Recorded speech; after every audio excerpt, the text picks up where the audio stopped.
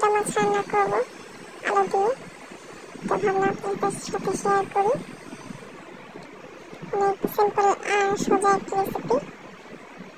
চলেন শুরু করি। আসসালামু আলাইকুম সবাইকে। এখানে হচ্ছে আমি 4 পিস পাবদা মাছ ভালো করে ধুয়ে নিয়েছি। এখানে একটা আলু, ছোট দুটো আলু কেটে নিয়েছি। তো আর সাথে হচ্ছে কড়াইতে আমি পেঁয়াজ ভাজতে দিয়েছি। পেঁয়াজটা একটু লাল লাল করে ভেজে নেব।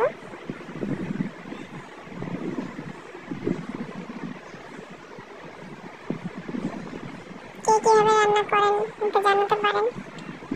আমার এভাবে ভালোই লাগে খেতে, একটু পাতলা পাতলা ঝোল আর কি। তো এখন হচ্ছে আমি লবণ দিয়ে দিলাম পেঁয়াজের সাথে। লবণটা দিয়ে ভালো করে মিশিয়ে নেব।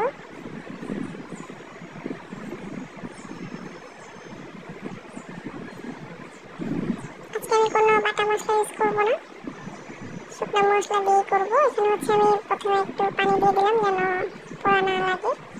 এখন গুঁড়া মশলাগুলো দিয়ে দেবো, হলুদ, মরিচের গুঁড়া, ধনিয়ার গুঁড়া দিয়ে ভালো করে আমি মিশিয়ে নেব এবং কষিয়ে নেব এটা। তারপর হচ্ছে আমি এতে আলুগুলো দিয়ে দেবো। ভালো করে একটু ফুটে আসলে এতে আমি যে আলু কেটে রেখেছিলাম একটু ছোটো ছোটো করে চিকন চিকন করে সেগুলো দিয়ে দিলাম। দিয়ে ভালো করে মিশিয়ে নিচ্ছি।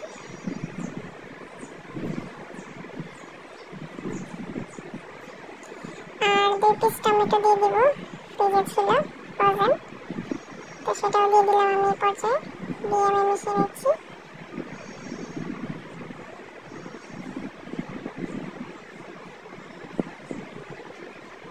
কিছুক্ষণ কষিয়ে নিয়ে তারপর হচ্ছে আমি এতে পানি অ্যাড করবো। আর এটাকে আমি একটু মোটামুটি সেদ্ধ করে নেব।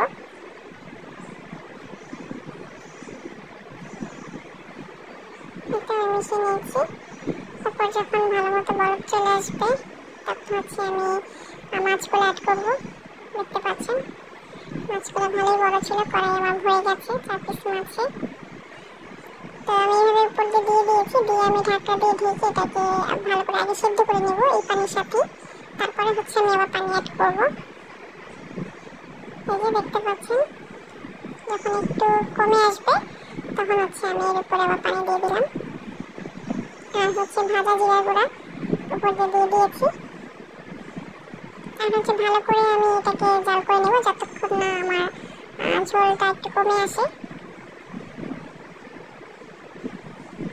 দেখতে পাচ্ছেন রান্না আমার হয়ে গেছে। আমি চুলাটা বন্ধ করে দিয়েছি। আপনারা চাইলে এই পর্যায়ে ধনেপাতা অ্যাড করতে পারেন।